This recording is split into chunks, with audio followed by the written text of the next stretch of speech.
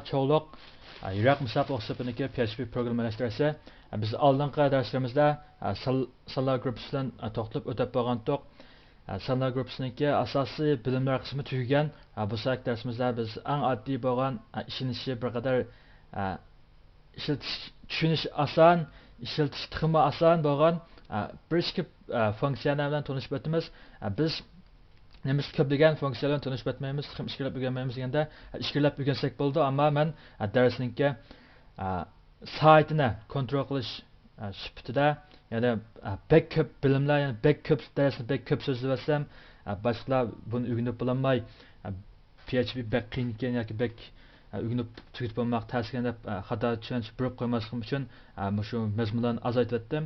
Bu azaytishning sababi nima deganda, biz to'rtbekatasi vaqtimizda sandan tipidagi, ya'ni sandalliq ya sandandan ushurlarni o'qib olganda bo'lsin, boshqa ishlar bo'lsin, faqat va faqat sandan, ya'ni sanlar gruppasidagi a'zolarni faqat o'qishlar asos qilindi yoki uning qiymatini o'zgartirish asos qilindi. Faqat mushuni asos qilganligimiz uchun biz shunlarni o'rgansak kifoya, ammo bular faqat eng oddiy bo'lgan to'rbekatlarni yasash qo'llanildi.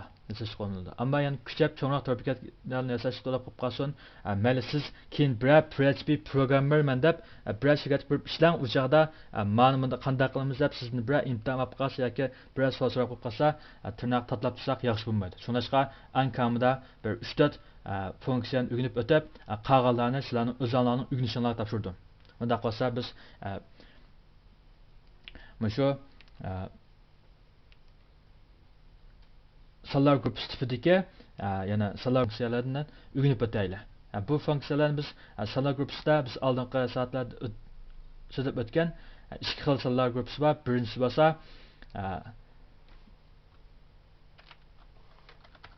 Birinchisi bo'lsa odatdagi indeksliq. Ikkinchisi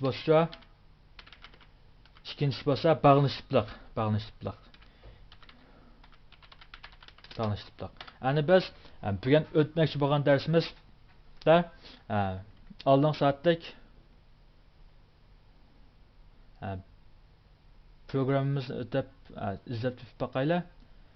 Shu yerda bo'lsa bo'ldi, bo'lmasa mayli ish yo'q, yozaylik, o'rlik qilmay, yozaylik. Men birinchi funksiyamiz bo'lgan count. Ya'ni count funksiyasi bo'lsa, bu counter bo'lgan bo'lsa demaslar bu. Hatta ispattım ha. Kont manda qalatda. Müşün sal diqqat qilinglar. Menmi bek mashq qilib ketmagandan keyin bu chiqib qopti. Ammo kont har doim biz ishlatadigan funksiya. Yana qandaq deganda sanlar gruppasiniki elementniki sonini topadigan funksiya. Ya'ni sonini topadi. Biz harf belgilar chiziqida str len bo'lsa her belki tizikniki uzunluğunu tapattı. Endi şuna o'xshash biz sanlar gruppasiniki uzunluğunu yoki qimmatiniki, ilmatiniki sonini qanday topamiz deganda sanlar gruppasining ilmatiniki sonini topadigan funksiya shu count shu. Unda biz so'nish bo'lsak, o'zgartirish miqdor r deganimizda array. Men buningga mundaq xalagancha qimmatlarni berdim. Bu bularda qanday qimmat bersam bularda mishada men to'xtayimda. Bir to'xtay endi ma'lum bir yani o'zgartirish miqdor. Qanday o'zgartirish miqdor? Endi bu yerda butun sonliq o'zgartirish miqdor. Chunki count bo'lsa shu sanlar gruppasiniki ilmetlarniki sonini qaytaradigan miqdor. Masalan 5 ilmet bo'lsa 5, 6 ilmet bo'lsa 6, 10 ilmet bo'lsa 10. Shuni qaytaradigan ilmetlarning sonini qaytaradigan funksiya. Ya'ni men buni biz chiqarsam hozir qalanglar.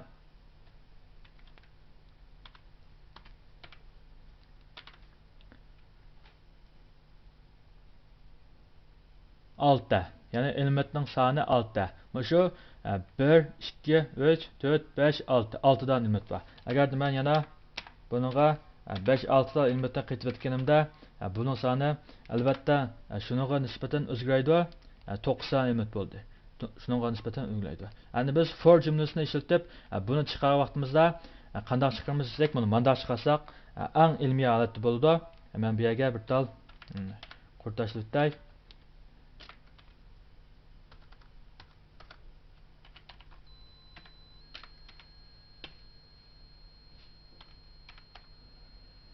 for hamda qanday keladi? For jumlasi ishlatganda eng atig'insa mandaq birinchi o'zgarish miqdorining qiymati bo'lsa 0 holatda. Yana bu 0 nerdan keldi deganda biz indeksliq sonlar gruppasini ziyorat qilgan vaqtimizda buning indeksi har doim 0 dan boshlanadi. Ya'ni PHP da indeksi har doim 0 dan boshlanadi. Agar VB bo'lsa qanday qiladi desa, VB da 0 dan boshlansin bo'ldi, biz yana kod yozish orqali 1 dan yoki 2 dan boshlanadigan qig'ili bo'ldi. VB ni o'rganib qilib baqqanlar biladi, ammo bizning PHP undaq emas. Faqat 0 dan boshlanadi. Hamda ikkinchi shart bo'lsa qandaqda? Ma'lum bir shart, ya'ni o'sha biz nechta elementni ziyorat qilmoqchi bo'lsak 1, 2, 3, 4, 5, 6, 7, 8, 9 element ziyorat qilmoqchi. Unda esa ziyorat qilgan qitim soni 9 ni kichik bo'lsa kerak-ku. 0 dan boshlagandan keyin 8 ko'p to'qsa to'g'ri bo'ldi.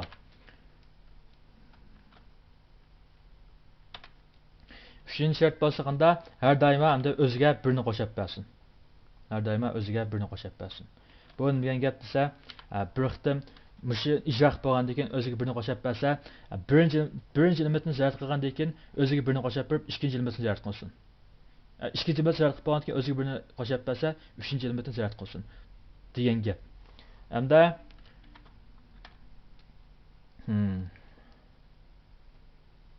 Hamda bizningki jumla qurilmamizniki for jumlasiniki iqtidori ko'rilgan. Bu yerda bo'lsa faqat equal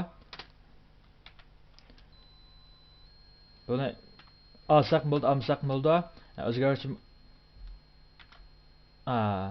sonlar gruppasiga o'zgarish miqdor r ninki mishagamda indeksning bo'ldi. Indeks arqim birinchi elementni ziyorat qilish uchun 0, ikkinchi elementni ziyorat qilish uchun 1 bo'lishi kerak, 0 dan boshlanish kerak. Unda aslida shu ay shu. Shu so'zda aytgan. Ay. Tamam bo'ldi. Endi buni men saqladim. Ijro qilgandan keyin 1, 2, 3, 4, 5 to'xtadi. 1, 2, 3, 4, 5, 7 chiqqan to'g'ri. Undan keyin 14, 15, 18 mana chiqdi.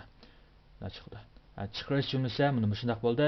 Keyinda biz shunday chiqaramiz. Ammo navbat men biya 9 shunday qo'y, biya 9. Endi men biyaga masalan 58, 84 unda 3 total qitvatdim. Chiqaq bo'lganda buni sanash afsuskan, men hozir bunda chiqardim. Buni saqlab chiqarsam, bu shunday chiqib 18 chiqib 18 ni keyindiki 58, 84, 78 chiqdi. Ya'ni 4-5 qilsam bu qitib mana yerda endi buni avtomatik hosil qilishning usuli biz bu o'tdik-ku. Buni sandarniki elementlarning soni tepadigan mushu bir funksiyani biz o'nga akilib qo'yapdiki basak, ish tamom va salam. Ya'ni o'sha avtomatik holda o'zgarib tursin. Demaklik dastlabki indeksniki o'zgarish miqdori, ya'ni bu o'zgarish miqdori nimaga vakolat qildi? Indeksga, ya'ni k qiymatga vakolat qildi. Dastlabda buni 0 dan boshladik. Bu har doim shu biz chiqarmoqchi bo'lgan sonlar gruppasiniki element sonidan kichik bo'ladi. Kichik bo'lishning sababi chunki 0 dan boshlaganlik uchun bu son kichik bo'ldi. Biz hisoblaganni 1, 2, 3, 4 deb hisoblaymiz. Hargiz 0 dan boshlab hisoblamaymiz elementning sonini uchun, ammo son hisoblagan 0 dan boshlaymiz, 1 dan boshlaymiz. Endi bu yer shunga bu 0 dan boshlamay, bu 1 dan boshlab hisoblagachqa buning elementning soni har doim indeksniki sonidan cho'ng bo'ladi. Demaklik bu anda buning oxiriga men 10 ni qitib o'tamdim yoki 100 ni qitib o'tamdim. Bu layoqatli holda va hammasi o'xshash chiqdi. Bu usulni hal qilishning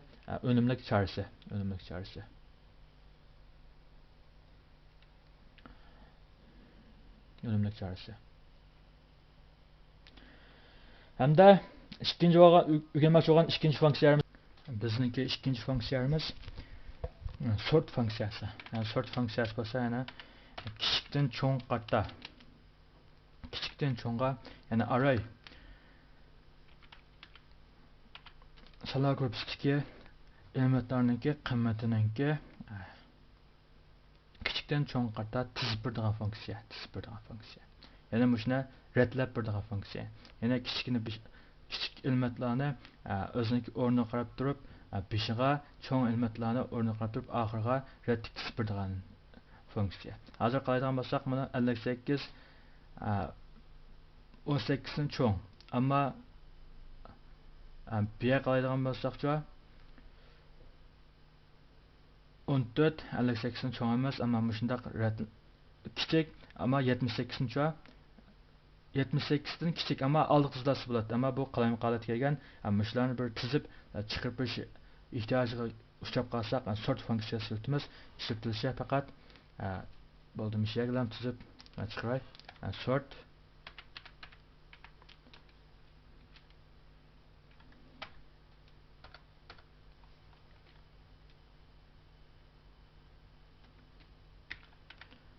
mushalatda men buni tizlasam bilan bo'ldi. Saqlagandan keyin chiqaray. Bu ma'lum bir o'zgarish miqdoriga berib, undan keyin chiqarmasaqmi, bevositlam o'sinlarkanda red bo'lsak bo'ldi. O'sinlam chiqib bo'laverdi. Hozir red tikalda 1 2 4 5 7 9 14 14 15 18 58 58 78 84 degan holatda red chiqdi. Albatta o'zini qilaydigan bo'lsak-chi 1 2 14 amaya qilaydigan bo'lsak 14 58 bilan 78 ni oralig'i deydi. Ammo bu yerda buni kichikdan cho'ng qarta tizib chiqarib berdi. Ya'ni kichikdan cho'ng qarta chiqib beradigan funksiya. Bu qandaq tipdagi salar gruppasi ishlaydi deganda indeks tipdagi. Albatta indeks tipdagi salar gruppasi ishlaydi. Demakchilik biz odatda eng qisqa qilib ikki funksiya bilan so'zlashib o'tdik. Mush ikki funksiyalarni yodingizda tutib olsanglar bo'ldi. Kelasi soatimiz ko'rishaylik. Hamda ko'pincha savoqdoshlar menga yana biz funksiyani tushunmoq deb uchrayib dekansizlar. Ammo funksiya haqida shu kontrol qurilmasini, yana for jumlasi, oddiy qilib if jumlasi, ya'ni agarda degan jumla. If else agar undaq bo'lmasa degan jumla. For jumlasi, ya'ni darvinish aylanish jumlasi. Andan keyin while jumlasi, mandaq bo'lgan vaqtda degan ma'nosi bor. Ya'ni mandaq bo'lgan vaqtda degan ma'nosi bor. Mush jumla. Ondan sonra yana do while bor.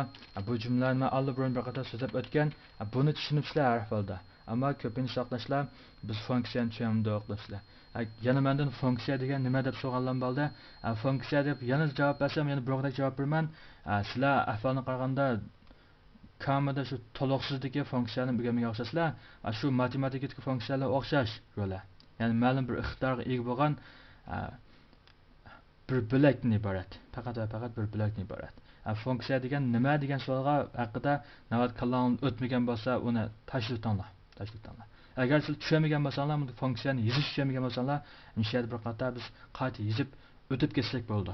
Masalan, hamda shu funksiya qarta biz ma'u ishida mandaq sanlar ekan-ku. Masalan, mushuninki biz oldingi soatda qo'shish ilish, ko'paytirish bo'lash, bularni men topadigan funksiyalarni yozib bo'lgan. Endi yana qayta men yozib oltamay, shu sanlar gruppasi qarta mushuni qimmatlarning ichidagi, ya'ni sanlar gruppasiniki nima deydi qimmatni valuesini kichiklarni, ya'ni valuesniki eng kichik qimmatini topadigan bir funksiya deb chiqayli. Undaqda men mushuni qandaq amalga oshiraman deganda, buni mandaq amalga oshiramiz. Masalan, eng kichik va unda bo'lsa solishtirish ilib boradigan gap. Eng kichik bo'lgancha solishtirish ilib borsak, biz buning qarshi kishi qarshi uqib bo'lmaymiz, shuni solishtirish ilib borgan gap. Ondan sonra birinchi xil ahvolda bunday qilsam bo'ladi. Ondan sonra mushning orasidan qas kichik bo'lsa, cho'qim bir kichik chiqadi. Ondan sonra ko'nglimda biz funksiya tuzganda umumiy ahvolni o'ylashimiz. Yana bu funksiya ishlatgan ahvolda mushundoq kelamdi yoki bundan jiq kelamdi, oz kelamdi, biz uni uqmaymiz. Shunga umumiy ishlatuvchi holatda tutishimiz kerak. Undan so'ng ko'ngilda birinchi qimmatni, ya'ni birinchi ilmitning qimmatini eng kichik deb bilib oldim. Siz nechini kichik deb bilib olsangiz bo'laverdi. Men faqat ko'lamda birinchi ilmitniki, ya'ni eng kichik deganni mana shu kichik deb yozib qo'yay. Ko'lamda birinchi ilmitni eng kichik deb o'ylab oldim.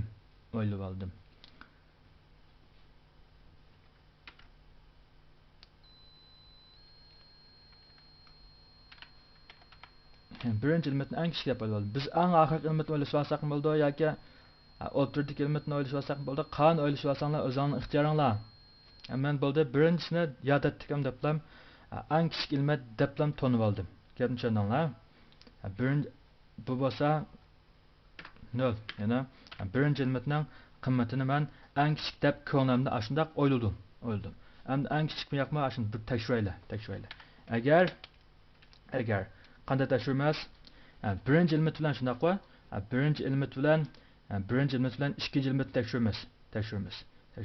Yana birinchi ilmit bilan ikkinchi ilmitning cho'ng yoki kichikligini tekshiramiz. Agarda birinchi ilmit ikkinchi ilmitdan kichik bo'lsa, haqiqatan kichik bo'ldi deb tug'ash turdi. Hamda-chu birinchi ilmit bilan uchinchi ilmitni tekshiramiz.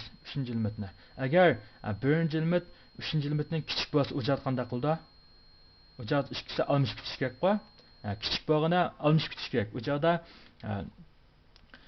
biz qimmatni almashtiramiz, ya'ni shuniki kichikniki qimmatini almashtiramiz. Yana bundoq degan gap. Agar undaq qilsa men yozay. Agar yana hozir bir 0-ilmitni biz bir miqdorga bagashtirdik, shu miqdorni yozay. Kichik. Nimadan kichik? Bu kichik degan emas. Navoda ikkinchi ilmit, uchinchi ilmit hammasini solishtiramiz bir-birlab. Endi men hozir masalan ikkinchi ilmit bilan solishtiray. Agar ikkinchi ilmitdan kichik bo'lsa,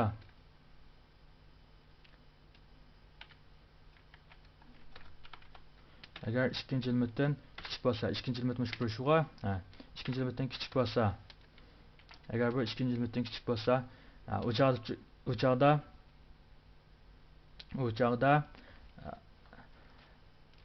yana bu kichik, eng kichik qanday nimadan vosturda, eng kichik yanala 0-ilmitdan bo'ldi. Gapimni tushunatamsizlar? Hemen bu yerga bo'pti sizlarga. Hozir bu yerda ikkisi tangdash. Ya'ni qimmat jihatini tangdash bo'lg'achqa qon qo'shaq o'xshash. Bu eng kichik yanalam nechikdan bo'ldi? 0-ilmitdan bo'ldi. Ya'ni o'rningki 0-ilmitdan bo'lib turdi. Chunki nimishqa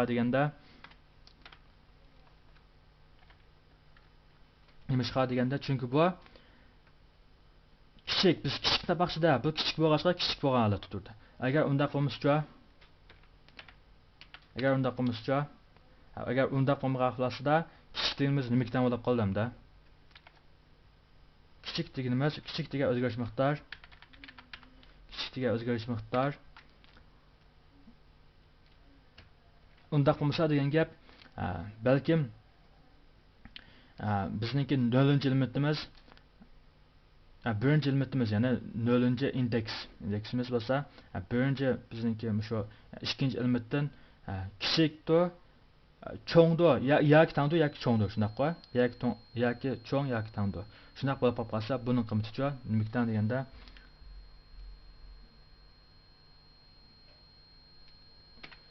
ikkinchi ilmitning qiymatiga teng bo'ladi. Ya'ni buni shunday bu odatda nima kutadi desa, bu bir masalani bir taraf qilish yoki bo'lmasa sizning masalani bir taraf qilish qobiliyatingizga bog'liq. Undaq suanfa deb bir narsa bor, ya'ni hisoblash usuli deb. Sizning shu hisoblash usulingizga bog'liq. Endi biz PHP'da funksiyalar tağdan ko'p, tağdan ko'p. Buning hammasini biz o'rganib yodlab tutib olamaymiz.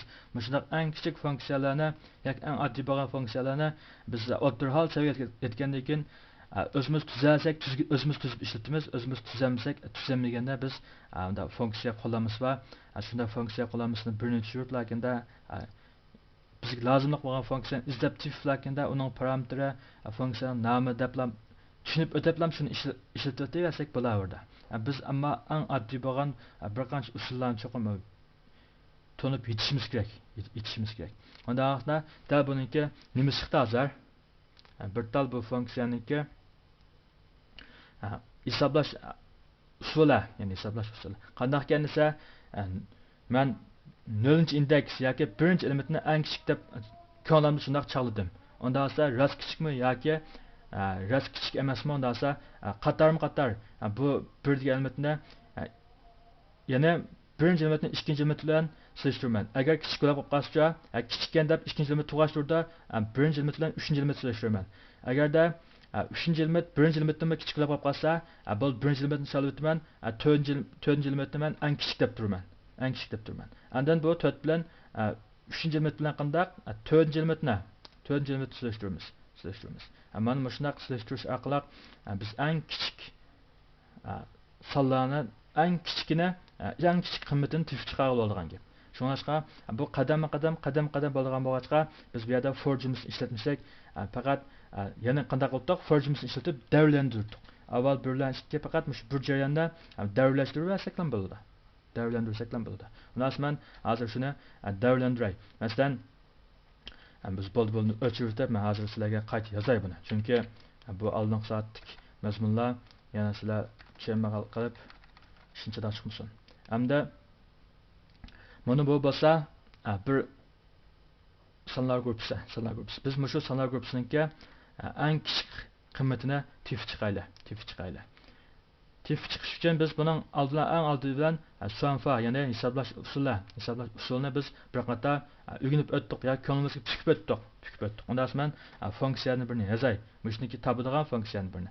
Buni funksiyaning ismini biz o'zimiz tuzganligimiz uchun nima desak bo'laverdi. Masalan, men buni eng kichik desam bo'laverdi. Chunki buni men o'zim tuzdim.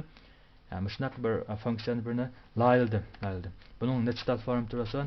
2 tal buningga faqat bir talama yana sonlar gruppasi tipliq parametrdan birisi qildi albatta. Shunga men bu yerga shunday yozib array yoki sonlar gruppasi. Sonlar gruppasi deb shunday yozib qo'yay. Chunki bu yerga faqat bir talan parametr va yana qanday parametr deganda sonlar gruppasi tipliq parametrdan birisi qildi. Demak, shunday biz bir tal hozir funksiyani qilmoqchi.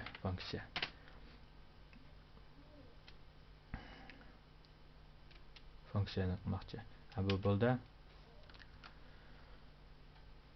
Hamda funksiyani qilmoqchi. Funksiyani ismi bo'lsa qana eng kichik bo'lsin. Bu funksiya bizga nima chiqib bersin?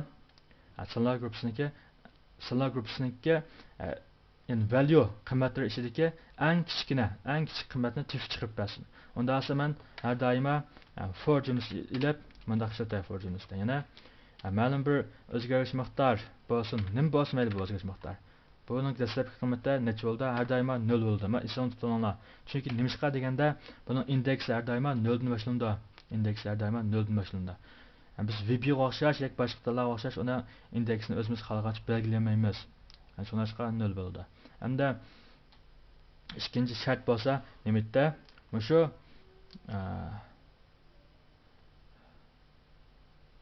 biz 0-elementni eng kichik deb turdik hozir, Unda esa men 0-elementni yozay. Ya'ni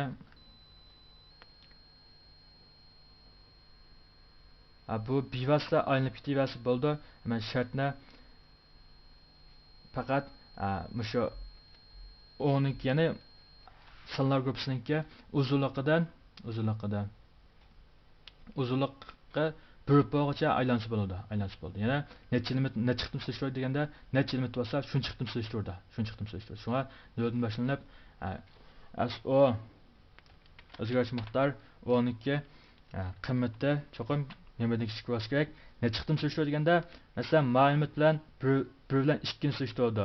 Ondan keyin 1 bilan 4 ni surishtiraman, 1 bilan 5 ni surishtiraman, 1 bilan 7 ni surishtiraman, 1 bilan 9 surishtiraman deb, mishada necha ilmit bo'lsa, necha bo'lsa shunchani surishtiradigan gap. Ya'ni ilmit sonidan kichik bo'lsa kerak, kichik bo'lsa kerak. Bu bo'lsa biz oldingi soat o'rganib o'tgan count ya'ni biz buni count endi bu yerga demaylik. Nima desak bo'lar orada bu yerga faqat keladigan funksiyaningki parametr keladigan bo'lsa bu yerga sonlar misol gruppasi. Misolga gruppasi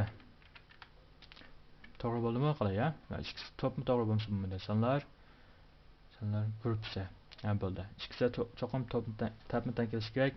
Hamda keldik for bo'lsa bizga davlandirib bo'ldi. Endi men bayaqa ishlamoqchi bo'lgan shu hisoblash usulini faqat ko'chiriblarga achirsam bo'ldi. Yana function biz aniqladik. Funksiya qarshi funksiya eng kichik deb biladigan funksiya. Bu eng kichik deb biladigan funksiya qanday qildi deganda sonlar gruppasiningki valuesi, ya'ni qiymatlariniki ishidagi eng kichik qiymatni izlab bizga topib bersin. Endi bu biz hisoblab oldingi soat soatimizda hisobladik. Agar ishga men endi agar jumlasini yozaman. Agar ya'ni men 0 qiymatni eng kichik deb hisoblaganman o'z ko'lamda. Masalan, agar yoki bo'lmasa men oldin ma'lum bir qiymatni shunday qilib tanqid qilsam bo'ladi yoki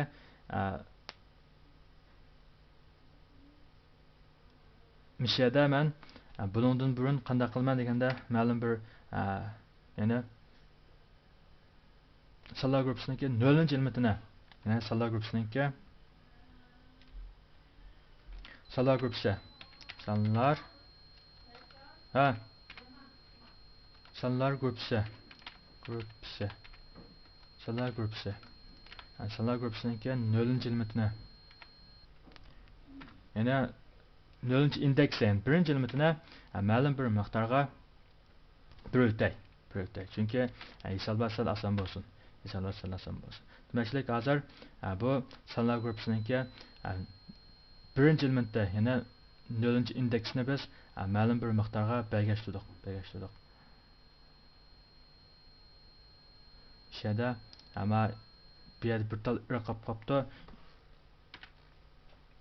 To'liq chiqsin sonlar gruppasi. Sonlar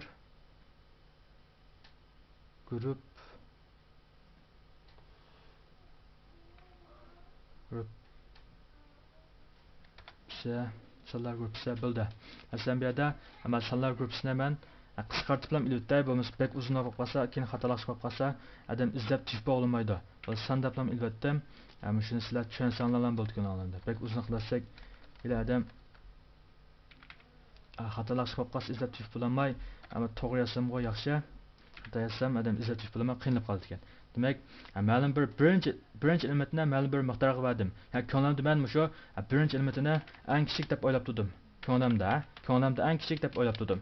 Unda esa agarda ras kichikmi yoki kichik emasmi shuni men tekshirib o'tay. Agarda hamda birinchi ilmitimiz pi ras kichik bo'lib qolsa, nechidan ikkinchi ilmitni ikkinchi ilmitni biz qanday qilamiz? Tuvanmayin ko'rsatib o'tay. Agarda shu ilmitimiz bizning 0 ilmitimiz kichik necha sonlar gruppasidagi nechinchi ilmit bo'lsa kerak biz bo'ldik bunu bir namda.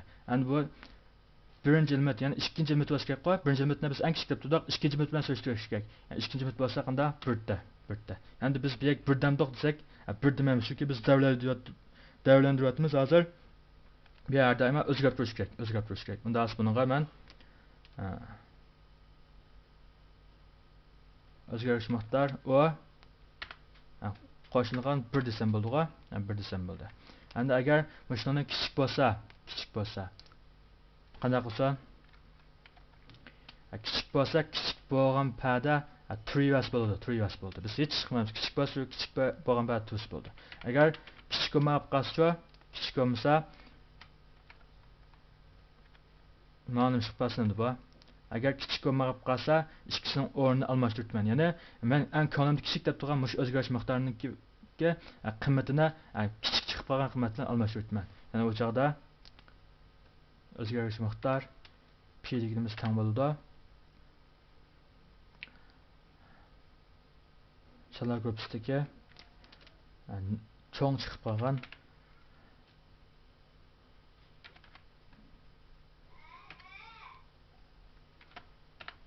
dalilni shunga teng bo'ldi. Agarda anchuninglar, agarda ben ko'lam kichik deb turgan shu birinchi element kichik bo'lsa, yana kichik bo'lsa, men hech chiqmaydi, shu kichik pad 3 versin. Agarda kichik bo'lmasa, kichik bo'lgan elementni men ko'lamda kichik deb turgan shu miqdorga o'zgarish miqdoriga yo'llab bersin. Bu hamda aniqlam nechiqdim ijro qildi deganda shu for yana shuniki salar gruppasiniki uzunligicha shu ijro qilib tekshirib mavsun. Vaqtida shunday mavsun. Hamda biz buni tekshirib ko'rib o'taylik. Bu yerga eng kichik nima nimaday boshqaroq bir ism bilan function yoki memsiga bir qayd yozay. Birinchi function kichik deb ism qo'yay. Kichik.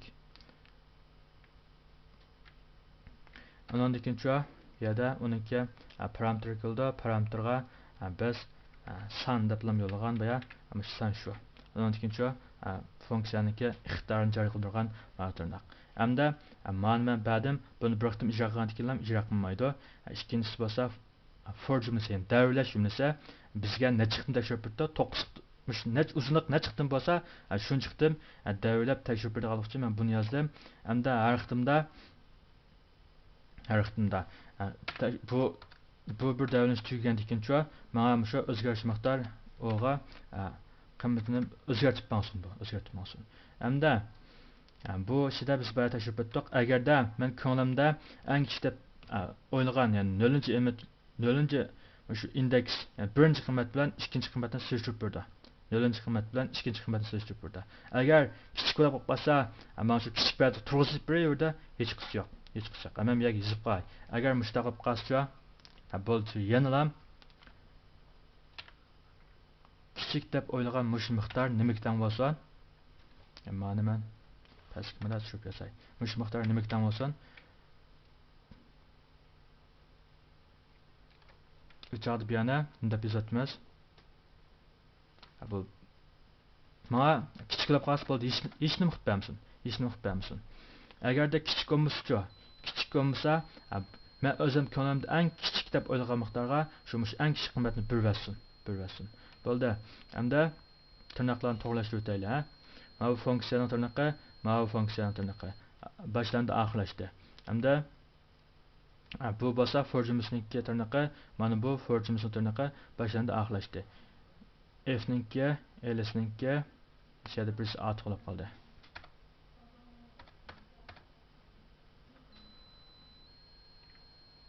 Tirnoq at qilib qolmasin, kam bo'lib qolsa avarchilik, at qilib qolsa xima avarchilik. To'g'rilashtirib yozmasak bo'lmaydi. Mana bu biz yozgan funksiyaning tirnoqi. Mana bu funksiyaning oxirlash tirnoqi. Bu tugida. Hamda bu funksiyaning tirnoqi. Mana bu funksiyaning tirnoqi. Uning bilan bu ketdi. Bu bo'lsa for jumlasining tirnoqi. Bu bo'lsa for jumlasining tirnoqi. Bu ketdi. Bu bo'lsa if jumlasining tirnoqi. If jumlasi oxirlashdi. Menda else jumlasining tirnoqi oxirlashdi. Biz mana bu tushunsak bo'ldi. Mana shunday yozaylik. Endi bu yerda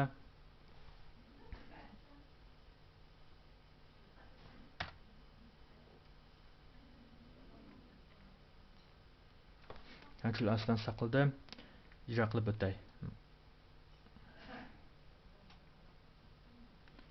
Xatolik 9-qorda deydi. Bu yerga o'zgarish miqdor pi. Mana bo'lsa son. Bo'lsa mana. Ham bir şeydə bu o'zgarish miqdor o'ni taqdirlanmagan chiqib, men buni bo'ldi. Bir şeydə taqdirlanmasa biz boshqa miqdorni tug'izaylik. O desek bo'lbek, nufqadak bo'ldi f-day. F-day o'zgarish miqdor f-day. Bu yerdami o'zgarish miqdor f-day. Ham shunday ba'zi vaqtda taqdirlanmaydigan ahvollar bor. Onu to'g'ri tushuninglar. Chunki nima desak u o'mi nolmi bir ko'rinish qilmakda biz o deb boshqa bilan farqlandirmakmi boshqa odam kelsa misol tasdiq deb qo'ydik. F Ankin after men miyada tunchiqdim nechik başlay. Chunki men birinchi limitni olib bo'ldim. Ikkinchi limitdan boshlablam so'zlamoqchi. Unda bo'ldi after men birda vasam bo'ldi. Birda vasam bo'ldi. Unda esa biyagma bo'ldi qo'shilgan bir nizishning hech qanday bir ahamiyat qolmadi. Ya'ni birinchi limitdan boshlab, ya'ni indeksi birga to'g'ri kelgan, ya'ni ikkinchi limit, ya'ni ikkinchi qimmatdan boshlab men so'zlash ilib olmoqchi. Demakchilik bu tugida endi biz funksiyani inoqladik, tiqi tatib uni yo'tkab akilib ishlatmadik. Yani uni yo'tkab akilib ishlatishning usuli bo'lsa faqat qandaqda mushu men r degan aslar gruppasidagi value'niki, qimmatlarniki eng kichik topmoqchi. Unda o'z qandaq bo'lsin? Bu faqat hisobladim tiqa chiqib turgan bir jarayon yo'q. Nimani qaytarsin bu? Return.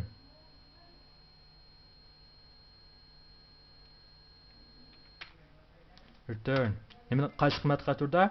P degan eng kichik qimmat qaytardi. P degan eng kichik qimmat qaytardi. Mana bu funksiyaning eng oxir qaytarilgan qimmati bo'ldi. Endi funksiyani inoqladik, uni yo'tkab ishlatmasak, bu inoqlab qo'yib yo'tkab ishlatmasak, u ish ishlamaydi. Bundaq funksiyani yozganingmi bir ortiqcha foydasi yo'q. Chunki uni yozib qo'yib ishlatmasak, nima foydasi bo'ldi? Dasman o'zgar yana salar gruppasi salar gruppasi Arninki qimmatlar ichidagi eng kichik tip chiqaray. Buning uchun men kichik qanday qilmamda? Kichik r, ya'ni salar miqdor r. Onun uchun shu equal jumlasi orqali chiqarib beray. Eng kichik qimmatni chiqarib beray. Mana t. Bu saqladim. Cümle mağuzay. Yanlam 9. kurdaydı. Biz şunu səppil bir küçəb ötküzdəylə. F mişə girəndə yana qanı qapdımız. Ama şundaq bəkər diqqət qılınlar. Zaten kodlar biz ərdən biz yazdığımız kodlar bağışqa azırqatı səppil tırnaqlıq yer diqqət qılmışaq. Zaten avaçlıq bizki ba.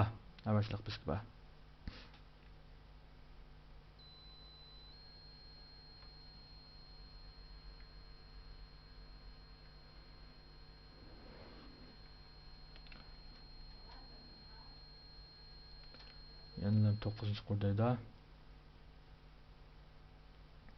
Bu funksiyaların özünün yazılışı doğru. 9. kurda mishiyada xatolik bo'lgani ras. Ya'ni biz qaysi qimmatni buni yo'lab turdik. Bu yerdagi F'ni. Bo'ldi, endi saqlab o'tdim. Ijro qilay. Demak 1. Men tekshirib o'tay. Ras to'g'rimi, xatomi?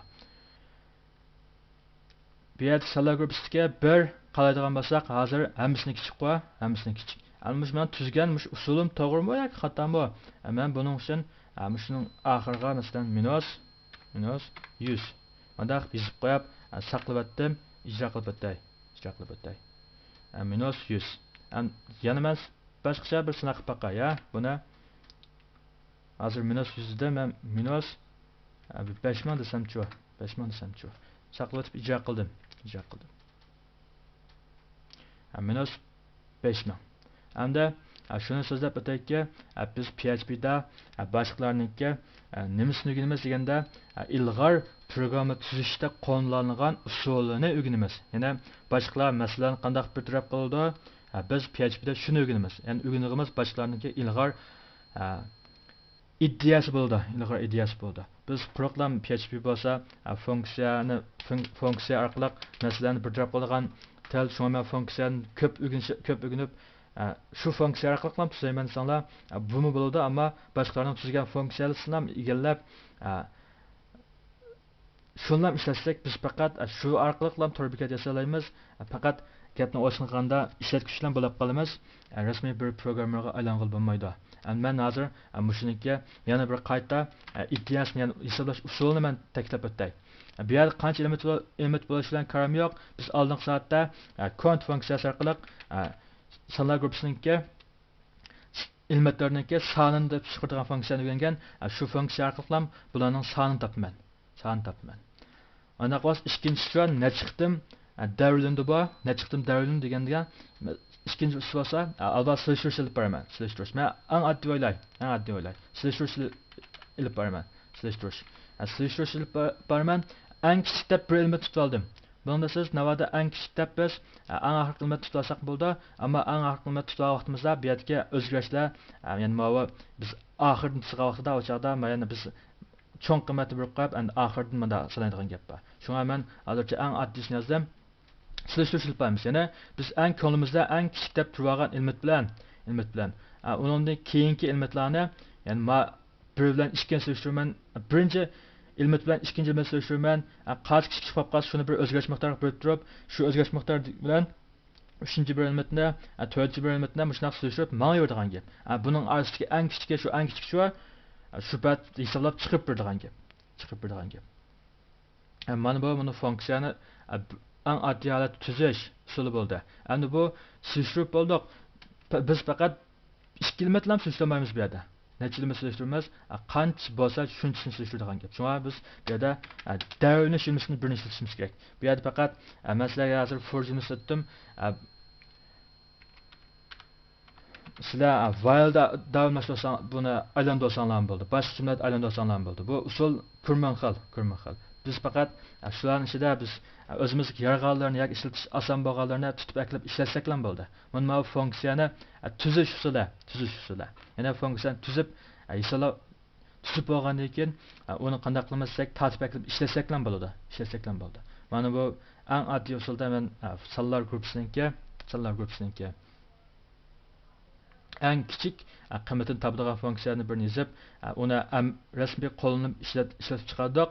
Sinoqdan o'tdi. Keyin qitim men shundaq bir sonlar gruppasiniki eng kichik qiymatini yoki sonlar gruppasidagi qiymatlarning eng kichik qiymatini topadigan ishni bilib qolsa, hisoblash usuli bilan lakinda hisoblab tuzib olsam bo'ldi degan gap. Biz PHP tilida funksiyani o'rgangan vaqtimizda men deb o'tgan PHP'dagi funksiyalar odatda hozir 3000 ga bo'lib qoldi. 1000 dan ko'p, eng asosiy 1000 dan ko'p funksiya. 3000 ga bo'lib qoldi.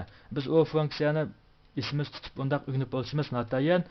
Biz har doim mana shundaq funksiya qo'llanmasini bir atal tushirib qo'yamiz. Biz faqat bilmaganda ma'lum bir funksiyani shundaq ish blokida shuningdan buni tartib qilib ishlatsak bo'ladi. Masalan, array degan bu funksiya bizga faqat qandaq bir tal sonlar gruppasini qurib turdi deb rolni tortib bor. Biz funksiya haqida men mushunchalik so'zladim. Funksiyani yana tushunmagan bo'lsanglar, yana davomli so'zsanglar bo'ldi. Men yana sizlar tushunguncha davomli so'zlayverman. Ma'qul, xo'sh. Darsimiz bu yerda oxirlashdi. Bizniki bu soat tugamoqchi bo'lgan funksiyalarimiz bo'lsa, range yana biz yana ikki qiymat berib, ikki qiymatning arasidagi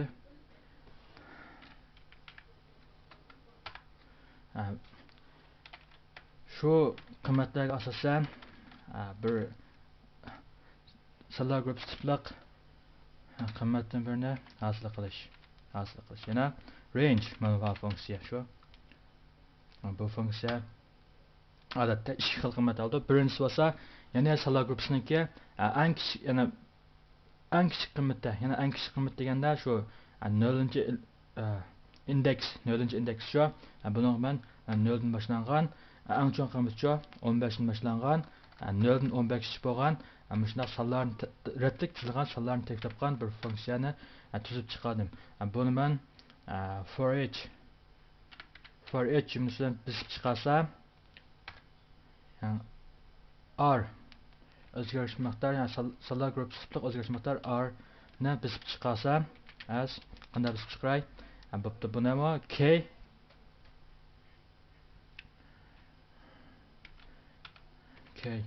bu tushunishliroq yaxshiroq chiqqidek k bilan k undan keyin undan keyin qimmat shundaqmi qimmat nima aytdik value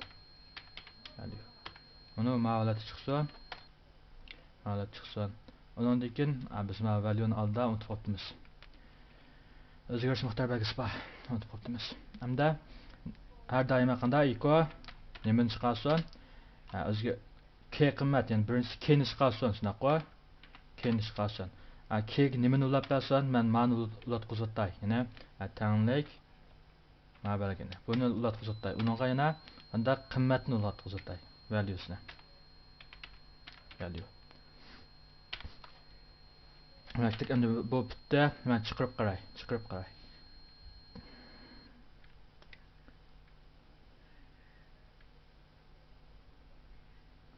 ya'ni qanday 0 bu mundaq 0 degan k 0 ya'ni 0-chi elementniki qiymati 0 birinchi elementniki qiymati 1 ikkinchi elementniki ya'ni indeks 2 bo'lgan k ya'ni ochqichniki qiymat to'g'rilikqa valuesi qanday 2 men bu yerda buni agarda shayga qurdan birini tashlab olsam asal strolroq ko'z ko'rangudek chiqqidek shunlashib men buni bu yerga bir tal qurdan birini tashlab o'tay bo'ldi saqladim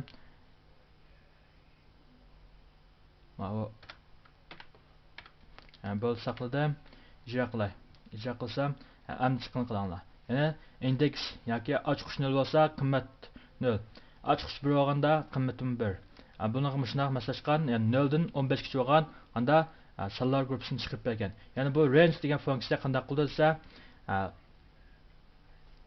0 dan yoki 0 emasmi shu first ya'ni birinchi qimmatdan oxirigacha qimmatgacha bo'lgan butun sondagi sonlardan tuzilgan mana shundaq bir sonlar gruppasini tuzib chiqarib berdi ya'ni bu nimadan deganda bu 15 qilasam men his qilolmayman buni 3 qilay 3 desam bu nimadan ekan bu yana array odatda 3 ta qimmat shunaqmi 0 1 2 3 yani shuninglar tangdashliq demakchilik yana birinchi qimmatdan birinchi qimmatdan yani 0-chi qimmat birinchi qimmatdan mavo yana birinchi qimmat yoki dastlabda shuni to'g'risida k indeks 0 degan odatda ma bo'lsa oxirgi ilmat qisha 0 dan 3 kishi bo'lgan sonlardan tuzilgan sonlar gruppasini chiqarib berdi demakchilik masalan mana men 0 oxiri 20 desamchi 0 dan 20 bo'lgan elementdan tuzilgan sonlar gruppasini birini paydo qilib berdi demakchilik range funksiyasining rolimiz shu biz oldingi soatda ya'ni oldingi soatlik darsda biz kichikni deb tushungan shu soatlik darsimiz hozir oxirlashda range funksiyasini o'rganib o'tdik endi bu soatda men cho'ngini deb tushunib qo'yay hozir men buni chiqarsam qalanglar buni 20 eng cho'ng 20 ga biz qanday chiqaramiz degan holat bu oldingi soat o'rgangan asosan o'xshaydi men shuni qilib berish orqali sizlarga funksiyaga bo'lgan tushunchalarni tuxumi yuqori ko'taray demakchilik sizlar range funksiyasininki masalan 0 dan 20 deb kelsa 0 dan 20 gacha bo'lgan shu sonlarni tuzilgan bir sonlar gruppasi tipliq yoki sonlar gruppasini barliqqa keltirganligini bilib olsanglar bo'ldi endi men bu 0 dan 20 gacha bo'lgan ya'ni 0 1 2 3 4 5 6 7 8 deb oxiri 20 da oxirlashgan sonlar gruppasini qaytargan men buni bildim sizlar bilib olsanglar bo'ldi endi men shu sonlar gruppasiniki sonlar gruppasi R ninki eng cho'ng qimmatini topadigan funksiyani birini tuzib chiqay demakchilik biz ikki funksiya ya'ni eng kichik topadigan funksiya bilan eng cho'ng qimmatini topadigan funksiyani yezish orqali funksiyaga bo'lgan tushunchalarni men tuxumi bir baltaq yug'ib ketmoqchi. Birinchi qismda boshqanda yana men dattikamga, yana ko'nglimda mundaq o'ylayman. Bo'ldi birinchi yana indeks yoki 0-ilmit yoki shu birinchi ilmit yoki indeks yoki 0 bo'lgan yoki qanda yoki bo'lmasa bizniki birinchi ilmitimiz yoki bo'lmasa bizning birinchi ilmitimiz. Shuni men qanday deb turay hozir? Eng cho'ng, shunami? Eng cho'ng deb turay. Eng cho'ng deb turay. Ko'nglim shunaq o'yladim. Rasman yolg'on buni uqmayman. Endi men uni isbotlay. Ikkinchi qitim qanda cho'ngmi yo'qmi shuni isbotlaymiz.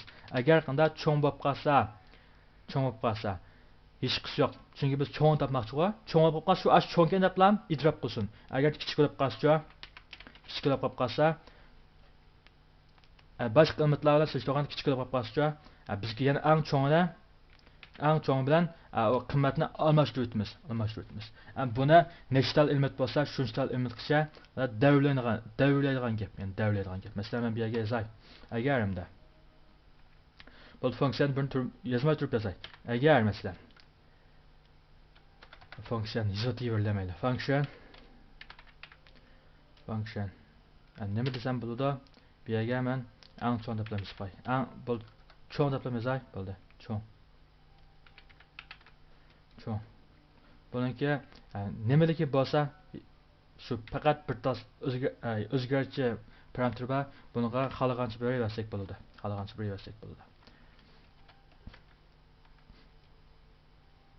Function keldi.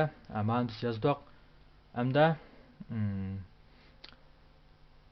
aylantiradigan qiymatni men nechigacha aylantirdik. Buni kolimizni bilsam bo'lsin.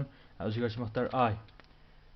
Eng dastlabda biz 0 dan bo'ldi put ko'rdik, bu 0 demayamda 1 dan boshlasak bo'ldi. Chunki indeks 0 bo'lgan qanday bo'ldik, bas eng cho'ng deb kolimiz tanlab olib bo'ldik. Oldi bir kolim tanlab men olib bo'ldim.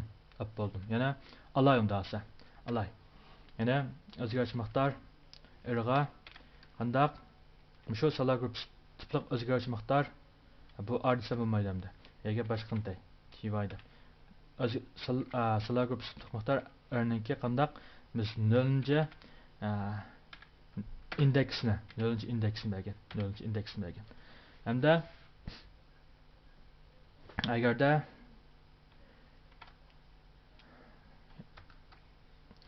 birdan boshlansin. Shartjo deganda bu ne chiqdi? Yana ne chiqdi? Nega aylansin? Eng oxirgi aylanda har doim men deb bergandim. Mana indeks bo'lsa 0 dan boshlanda biz sanagan bo'lsak 1 dan boshlaymiz yana. Meniki 3 qo'yam bor desam qana 1 2 3 qo'y.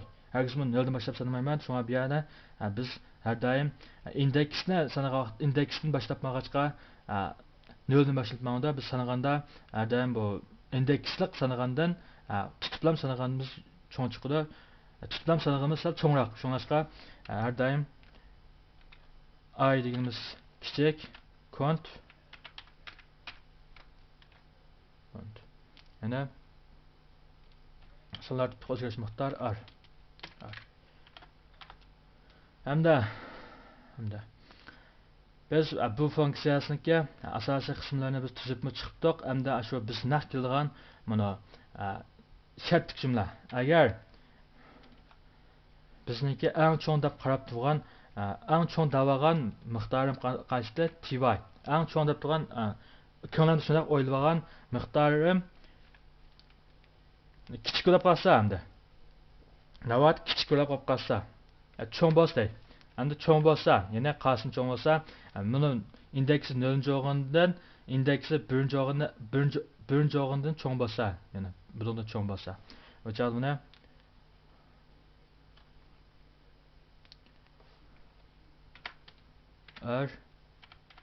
bir yakili olmasa asay.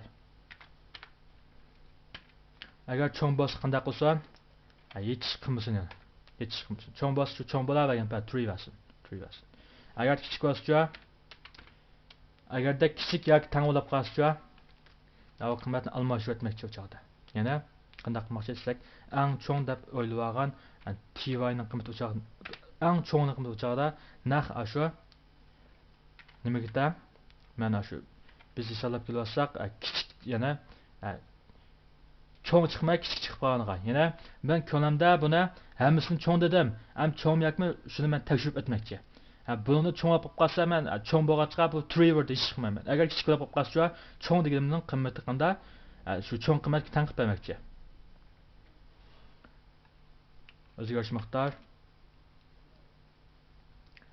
Ay. Mana bu bir asosiy jihatdan putga yera. Hamda biz buni yana bir vaqtda tashkil etaylik. Tushuntirib o'tay. Function deganimiz funksiya degan ma'noda cho'ng bo'lsa men o'zim qo'yib olgan ism, ya'ni funksiyaning ismi. Bu yerda bo'lsa bu hozircha ko'nglimda sonlar gruppasi tipliq bir o'zgarish miqdor mishaga sonlar gruppasi keldi. Buning qanchalik qiymatli emas sonlar gruppasi bo'ldi albatta. Hamda kelib men 0 elementni eng cho'ng, ya'ni 0 indeks 0 bo'lgan. Ya'ni birinchi elementni eng cho'ng deb ko'nglimda o'ylab oldim. Shu eng cho'ng deb o'ylab olgan elementni men mishaga ma'lum bir miqdorga berdim. Ya'ni bu yoki mishada men cho'ng deb tutsam bo'ldi. Cho'ng deb yozib qo'ysam bo'ldi. Ya'ni cho'ng.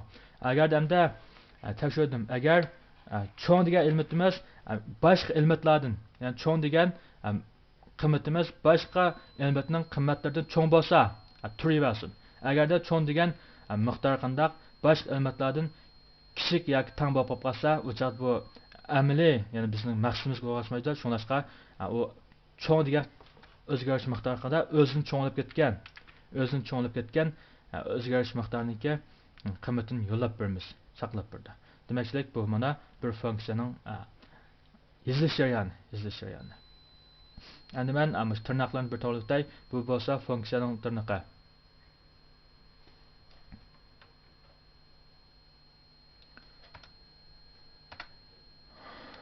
Bu bo'lsa funksiyaning tirnoqi. Bu eng oxirgi bo'lsa funksiyaning tirnoqi. Endi bu tirnoq bo'lsa for jumlasining, ya'ni davomlik jumlasining tirnoqi. For jumlasiniki 3-chi yozilmay qolgan har doimo bu qanday qilib bersin? O'ziga birini atlab mangib berdi. Chunki ayning qimmati 1 har doimo 1 turaverib bo'lmaydi. O'zi atlab mangib bersin. Hamda yana birinchi qitim qanda cho'ng bilan ikkinchi element, ya'ni asr qancha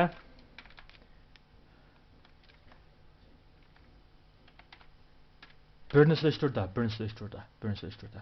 Agarda cho'ng, ya'ni ben ko'lamda eng cho'ng deb o'ylagan shu, ya'ni 0 indeks cho'ng bo'lib qolsa hech chiqmasin.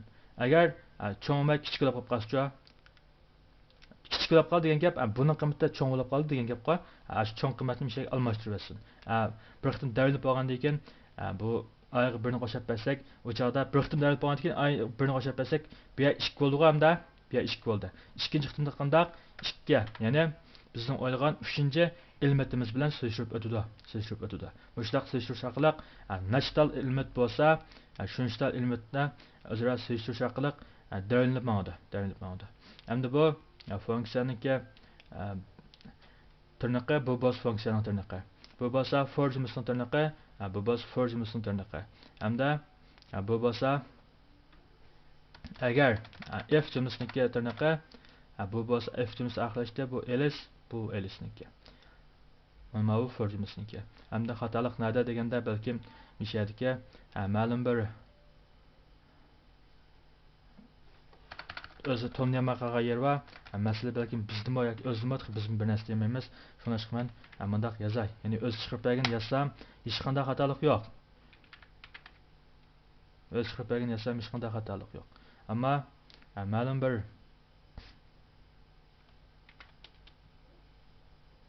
sonlar gruppasidagi miqdor, ya'ni bu nima deb kelsa bo'ldi, ammo biz buni deb olgan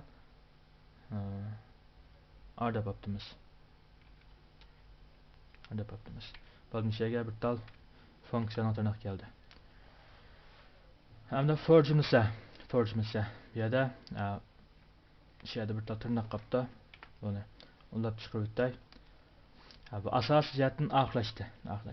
Mana shundaq tuzgan vaqtda ama zin studiyadagi bir chatoq yera o'z tamlab bergan ochiq so'zlarni ishlatmasanlar, yozilishi biz qo'limizda turgan to'g'ri deb turasizmi qalanglar. Xatolik chiqib qolgan ish va shu chog'da biz o'ngsanlar bo'ldi. Masalan, ochiq so'zlarniki rangi manda bir xil. Mana qanday rang desanlar, shunday rang mandaq bir xil. Mandaq odatda biz belgilagan o'zgarish miqdorining rangi yana bir xil holatda. Navbat biz ochiq so'zdan shu rang chiqmasdan bu to'nayapti deb bilsanlar bo'ldi. Buni men oldindan saqladim. Uni ijro qilay. Ijro qilsam hech nima chiqmaydi. Hech nima chiqmasa to'g'ri. Chunki men funksiyani endi yozdim, uni tortib ishlatmadik. Bizga 0 dan, ya'ni qandaq 0 1 2 3 deb ashundoq 0 dan qandaq 20 gacha bo'lgan sonlardan tuzilgan bir tal sonlar guruhi. A1 deydigan shundoq sonlar guruhi bor. Biz mushu sonlar guruhining ichidagi elementiniki eng cho'ng qimmatini bisib chiqarib boqaylik. Biz buni men bevosita biz o'tgandek iko nima deb bo'ldi? Bevosita cho'ng shunami? Cho'ng. Men bu yerda funksiyaniki asosiy qismi tugadi, ammo qimmatni qaytaradigan yana yozib o'tibmiz. Return. Nimani qaytardi bu? Cho'ng deganni qaytardi. Cho'ng degani o'zgarish miqdorini qaytardi. Mana bu eng oxirida qaytaradigan qimmatni adam unutib qolmanglar. Endi biz bir funksiyani yozib bo'ldik. Endi buni tortib ishlatmasak, bu biz hech qanday ishlaymaydi. Undan so'ng men buni equal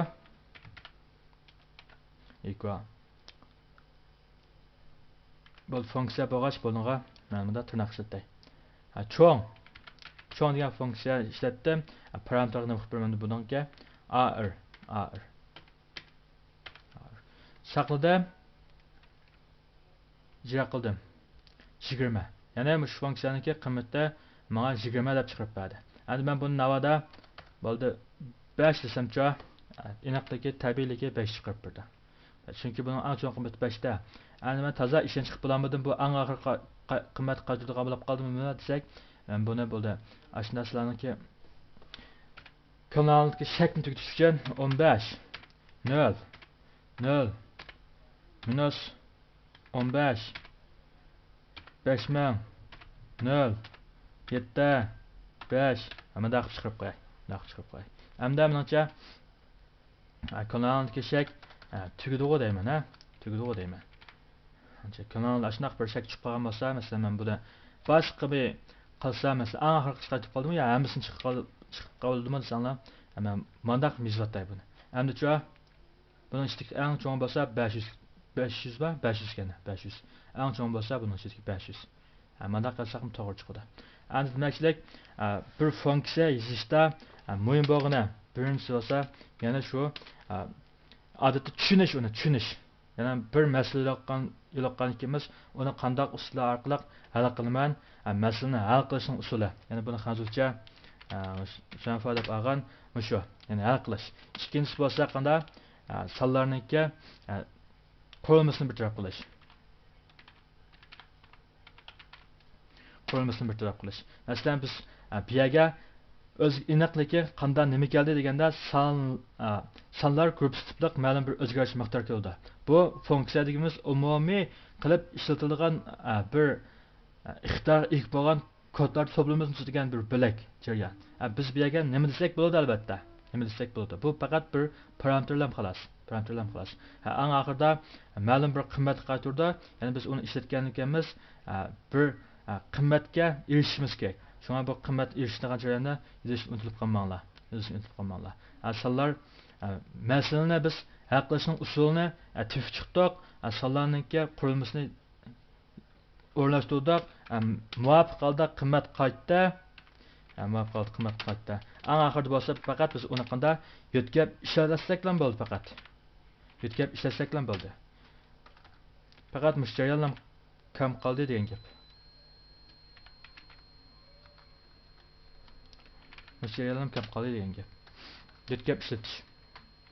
Yo'tkab ishlatsak ham tugadi.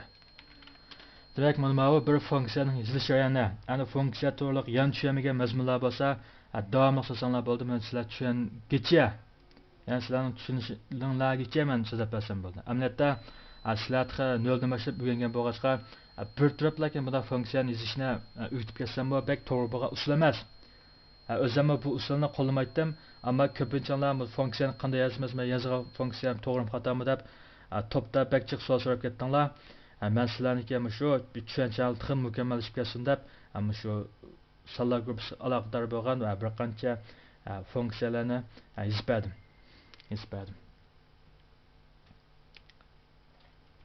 Endi bizniki sonlar gruppasini bir taraf qilishimiz mushat oxirlashda biz sonlar gruppasida nima o'rgandik bir shuni kichik bir xulosa qilib deylik. Agar sizlar shuni o'rgangan bo'lsanglar, keyingi bab darsimga o'tsanglar bo'ldi. Agar o'rganib bo'lmagan bo'lsanglar, menimcha yana o'rganib chiqishinglarni men tavsiya qilaman. Avval o'rganib, ondan oxirgi darslarga o'tishinglarni tavsiya qilaman. Birinchi bo'lsa, ya'ni sonlar gruppasiniki bo'linishi. Yana qanday bo'linishi deganda men oldin so'zlab o'tgan ikki xil tiplar, yana indeks tiplar. Birinchi bosqandaqda indeks tip bilan bog'lanishli tiplar. Ikki xil sonlar gruppasi bor. Ikkinchi bosqichda inoqlash, ya'ni bir tal sonlar gruppasini bosib qatqanda array degan shu ochiq so'z orqali inoqlaymiz, belgilaymiz, undan keyin ishlataversak bo'ladi. Uchinchi bo'lsa, uni chiqarish, sonlar gruppasini chiqarish.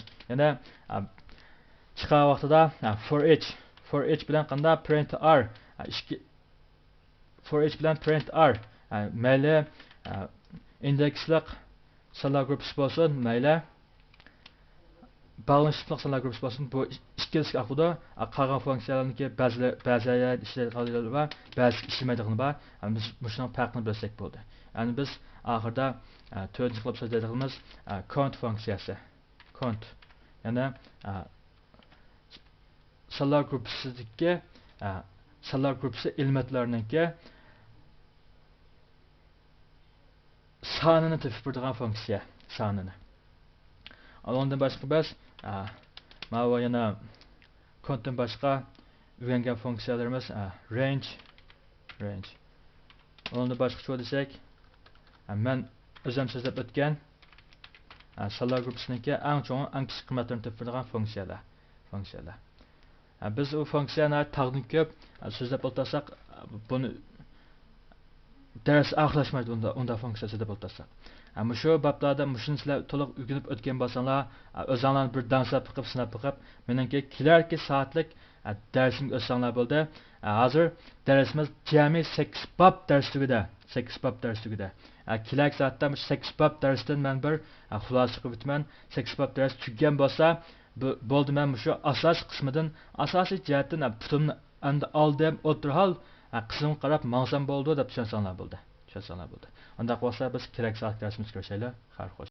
Hurmat qilinglar, cho'g'liq yo'q musobaqa hisoblangan PHP programmalash darsimizni buloqchan turi alohida qo'llagan darsimiz bevosita kirish manzili www.buloqchan.com. Darsimiz qaytib kelsak, bu soat ben 8 bab darsini bir xulosa chiqarmoqchi. Hamda biz darsimiz qaytib keldi. Yana xulosa qismi. Yani biz birinchi babda PHP'dagi qanday bir til ekanligini o'rganib o'tdik.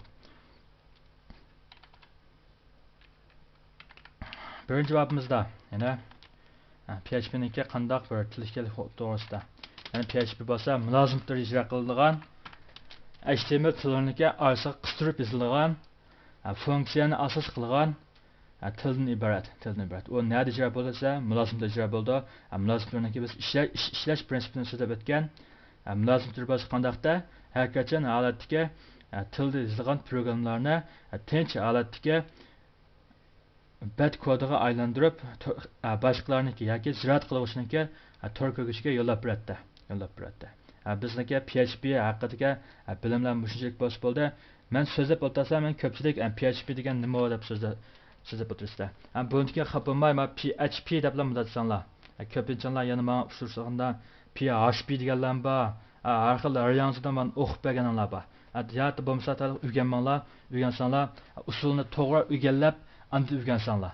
Bo'lmasa men o'zimni usulni xato qilsam, sizlar men darsimda PHP deb mandaq o'rgansam sizlar yana PHP deb mandaq deb atsanlar, bu to'g'ri bo'lmaydi.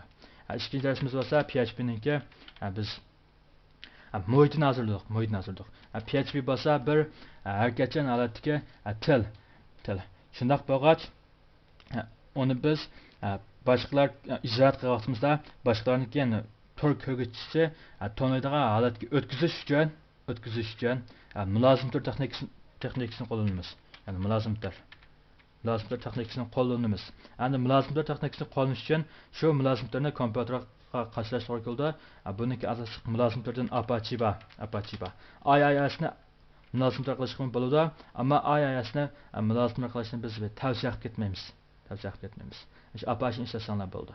Endi mulozim tur faqat buni qashlagan bilan PHP'niki funksiya ambarni biz qashlamasak ma'lum bir funksiyani tatib ishlatganda u funksiyani topolmay qolib ishdan chadoq chiqadi. Shuningdek biz funksiyaniki ambarni so'rab ochirishimiz kerak. Masalan, demakchilik birinchisi qanday, ikkinchi bob deganimizdan birinchisi bo'lsa mulozim tur, ya'ni Apache shu. Ikkinchi so'z qanday PHP'niki funksiya ambri, Üçüncü so'z qanday biz sandan qarta izlib bo'lsak qanday MySQL sandan bo'lishi kerak. Demakchilik biz mushlarni kompyuterga qachilishimiz kerak ekan. Bularni biz bir qilganda to'plashtirilgan bo'loq orqali qanday IPM server orqali lakinda qachildik. IPM server orqali qachildik. Bo'ldi, shu orqali qachildik.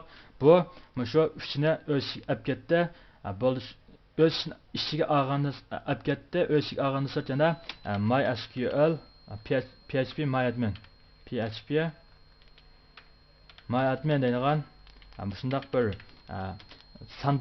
sandanni boshqaradigan sin belgilashtirilgan quroldan birisi bor. Buni biz keyin so'zlaymiz. Biz faqat to'plashtirilgan bo'loq IPM server orqali o'zimizniki bir PHP liq programmani tuzgan muhitimiz qurib chiqdik. 3-babimizda sanlar tipini o'rganib chiqdik. Sanlarniki tipini. Yana PHP bo'lsa qanday asosiy tiplardan integer, float bilan double x albatta bir, undan keyin olib qolsa string, array, undan yana quruq tiplar null degan mushtaq tiplar sanlarni o'rganib chiqdik. Undan amonat qolgani resource. Yana manba tipli bo'ldi. Bu manba tiplar null tiplar ikkisini keyin yana sandan o'tkazganda yana tixma ishkillab kelib tushuntirib qo'yman. Endi biz nima ishqa shundaq sanlar tipi ayiramiz deb kalanlarga shundaq bir azroq oddiy bo'lsa yoki qiyin bo'lsa, savol kelib qolgan bo'lsa, kalan o'tmagan bo'lsa, men shu darsimda men uni tushuntirib o'tay. Nima ishqa sanlar tipi ayiradiganligimizni. Masalan, men eng oddiy, eng tushunishlik holatda sizlardan eng oddiy holatda so'zlay, bek kompyuterniki ichki qismiga kirib ketib, men bundoq deb so'zlasam bu, sizlar uni bek tushunib bo'lmaslar. Bizniki mana PHP tilimizda bu bek inchiklab, ya'ni bek ya'ni PHP ning o'zi bo'lsa ojiz tipliq tilga kirgachga bek aniq cheklama yoki cheklama qo'yilmagan. Endi men shunga VB ni maslashib so'zlay. VB da anda integer tipliq. Bu integer tipniki oldigan qiymati bo'lsa, albatta bizning PHP dan bor. Ammo PHP niki qilinglar, nashr yangi turgandan keyin 5 nashrda bir xil. 6 nashrda bir xil, 7 nashrda bir xil o'zgarib turgan bu. PHP niki nima sabab turib ko'rsatib qo'y, ammo buni men bu hamisiga saloq ma'lumotlarning tipi har qanday bir programlalash tilida bor bo'lg'achqa men bu yerda VB niki tutib turibroq so'zlay. Endi integer tipliq, yana bu butun son tipliq to'g'ri. Endi men buni so'zlasam, integer tipliqniki yana qiymat ilish doirasi. Odatda mana minus 32 mingdan minus 32.768 dan 32.767 gacha. Endi bu dal mushu doiradagi sonlarni biz ifodalamoqchi bo'lsak yoki bizning hisoblash doiramiz mushu sonlar ishsiz bo'lib qolsa, biz buni qanday integer tipliq, ya'ni butun son bo'lgandan qanday mushu holatdagi mushuning o'tirisi bo'lgan butun son deb belgilaydik. Agarda endi VB da yana VB'da. Yana mundaq double yoki float yoki single deydigan mundaq bir tiplik bor. Buni qarasak, buni single tiplikniki yana ifodalaydigan qism bo'lsa, mana bu holatda bo'ladi. Buniga 4 bit araliq chiqargan. Integer bo'lsa 2 bit araliq chiqargan. Albatta, singleniki ifodalagan darajasi texmi cho'ng. Buniga 4 bit ishki saqlovchidan o'rin chiqardi. Buning uchun 2 bit ishki saqlovchidan o'rin chiqardi. Anda men bir sonni integer tiplik belgilasammi bo'ladi. Anda single tiplik belgilasammi bo'ladigan, masalan, 4 deganda integer tiplik qilsammi bo'ladi. Albatta single yana sal undan qiymati cho'nroq bo'lgan darajada belgilasammi bo'ladi. Endi ikkilisini belgisam bo'lgan, buning farqi nada desanglar, eng oddiy bo'lgan farqi ya'ni VB-ninki mulozim turi yoki tarjima qilg'uchisi, ya'ni Visual Basic 6.0 degan narsaniki shu biz odatda tarjima qilg'uchisi deb ataydi. Mana shu Hansuda bilan yechi deb olgan buni. Shu tarjima qilg'uchisi. Agar ma'lum bir miqdor VB ma'lum bir miqdor qanday? Ma'lum bir miqdor integer tiplik bo'lsa, uning ishki saqlovchidan 2 bit araliqdan chiqib beray. Agar u miqdor single tiplik bo'lib qolsa, 4 bit araliqni men chiqib beray deb mustaq belgilagan. Shunlashqa biz navbat kerak. Mening programmamning surati tiz bo'lsin. Ijro qilgan surati tiz bo'lsin. Boshliqni azroq egallasin desak, o chaqda biz cho'qim soliq ma'lumotlar tipini to'g'ri egallashimiz kerak. Mana shu to'g'ri egallab, to'g'ri ishlatgan vaqtimizda boshliqni tizlab qola olamiz. Surat tiz bo'ladi. Endi masalan sizlar o'yladinglar, masalan, bir torbikat tuzashda Adobe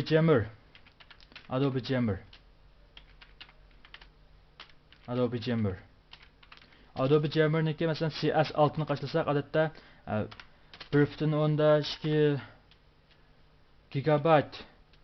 gigabayt araliqni boshliqdan egallaydi bu. Ijro suratda navbat kompyuterimizdan qattiq detal saptimasa, sal tövroq bo'lib qolsa, balki qaytish ehtimollik mumkin. Agarda CS4 yoki CS3 bo'lib qolsa, bundan azroq bo'ldi. Endi men qanday o'ylayman desam, shu Adobe Jammer CS6niki ixtiyorniyat kuchli, yumshoq tutan ixtiyorniyat kuchli bo'lsa, bu vosbi boshliqni bir azroq egallasa deb o'ylayman. Shundaqmi yo'qmi? Albatta shundaq bo'ldi. Bir yumshoq tutanning ixtiyor qancha kuchli bo'lsa, boshqa tushunchalik azroq egallasa, buni ishlatuvchilar niyat yoqtirib ishlatadi. Bu ishlab chiqargan yumshoq tutanma, shundaq olqishga erishib, maqtanib mangadigan gap. Boshqalar uni pulga solsa, boshqalar oladi ekan. Buni oladi. Demakchilik mana shundaq. O'zimiz program boshqa yumshoq tutanlarniki boshqalarning egallashini, suratning tezroq bo'lishini umid qilamiz. Nima uchun o'zimiz program laliga vaqtimizda shundaq boshliqni sal azroq egallaydigan qilib tuzmaymiz. Bu bir masala. Shuningdek biz soliq ma'lumotlar tipini o'rganmasak bo'lmaydi. Yana ma'lum bir integer bo'lsa, butun son tiplik bo'lsa, buni ishga saqlovchida 2 bit araliq ketgan, single bo'lib qolsa 4 bit araliq ketgan. To'xtab turing, mushu mening ishlatgan programmamda ma'lum bir o'zgarish miqdorini men unda integer tiplik qilsam bo'lamdi, yo'qmi deb, navbat integer tiplik qilsaqmi bo'ldigan, single tiplik yoki double tiplik qilsak bo'ldigan, mushta holat bo'lib qolsa, biz u chaqda cho'qim uni integer tiplik, ya'ni boshliqni eng tejaydigan holatda qilib tuzib chiqmasa qolmaydi. Shunda qilganda shu programning surati tiz bo'ladigan gap, boshliqni azroq egallaydigan gap, bir qadammi bo'lsa biz tuzgan programlar oldiga boradigan gap. Endi bizning 4-bobimiz bo'lsa, 4-bob o'rgangan mazmunimiz Zen Studio haqida bo'ldi. Zen Studio haqida men faqat meniki birinchi qitimliq darsim. Zen Studio haqida meniki so'zlagan birinchi qissasi yoki birinchi mazmuni. Keyin men Zen Studio haqida qilib ikkinchi Zen Studioniki oxir qismini so'zlayman. Buning bilan Zen Studio tugab ketmaydi. Chunki bu bir yumshoq detal keyin biz tur ichida kelganda men keyin so'z etmasam sizlar qiynalib qolsa. Biz bilan faqat eng oddiy bo'lgan 3 xil ijro qilingan shakli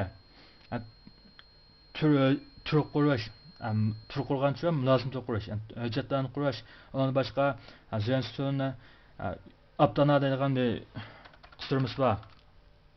Aptana. Nima ish qildi bu? Kodlarni avtomatik ko'rsatib berish ixtiyoriga. Undan boshqa ammat degan bu nima ish qilib bersa, ammatning roli bo'lsa, faqat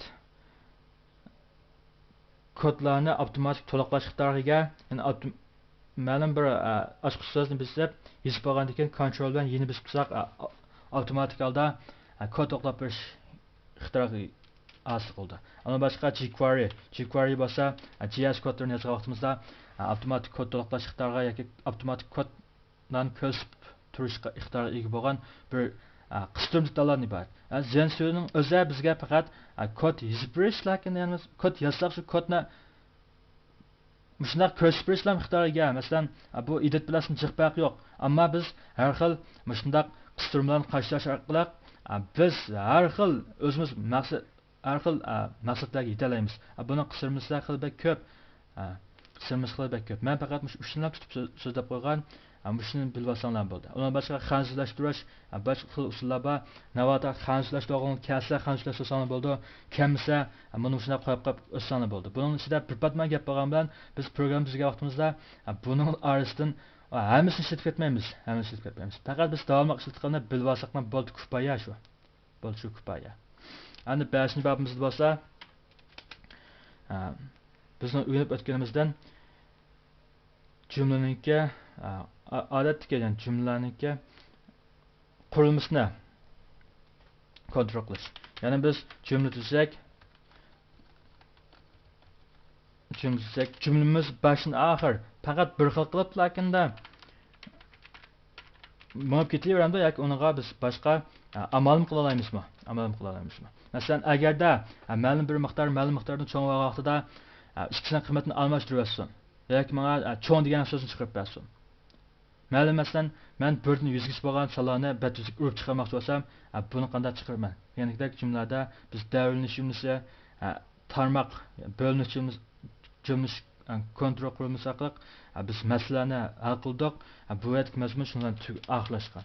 Andan buni oddiy qilib so'zlayapman, chunki bu men desam boshqa videoni baqqanlar faqat for jumlasiningki, ya'ni loop jumlasini biz ishlatmaymiz yoki next aytgan mandaq bir nima for jumlasi ishlatgan vaqtimizda keyin kelib menda next deblam yoki next o'zgarish miqdorini ism qilib ochib. Ammo bizning o PHP jumlasida undaq kelmaydi for. Mush tushunasanglar bo'ldi, shuni oddiy qilib o'rganasanglar bo'ldi. VB o'rganganlar, boshqa tillarni o'rganganlar xil bo'lgan, shunga men back iniq tafsilga to'xtalib ketmayman, o'rganishlar ishlab bilan o'tib ketdim. Bu turida hamda funksiya qismi, mumkin. Funksiya qismi. Biz funksiya qismida funksiyani aniqlash o'zimiz tuzib shuni o'tib ketdim. Hozirga qadar bo'lgan funksiyalarni biz eng oddiy qilib qo'shish, ilash, ko'paytirish bo'lash, undan keyin eng cho'ng qiymat, eng kichik qiymatlarni tepish qatorliq bir qancha funksiyalarni men o'zim tuzib berdim. Sizlar ham shunday tuzashni o'rgansanglar bo'ldi, uqmasanglar, so'rasanglar bo'ldi menda. Ammo PHP'da funksiya eng muhim. Funksiyani birinchi qilib qanday qilamiz deganda yodlaymiz, ikkinchi qilib qanday qilamiz deganda yodlab kelib buniki asl kaptor bir masalalarni hal qilishning usulini, ya'ni ya'ni hisoblash usulini, masalan hal qilish usulini biz anlamda tuvib chiqqandan keyin shu usulni egallab oldik. Bo'ldi biz o'zimizning grammatikamiz bo'yicha yoki o'zimizning tabiiy qilish usulimiz bo'yicha masalani bir taraf qilib 6-chi babimizda biz harflarga chiziqni o'rgandik. Harflarga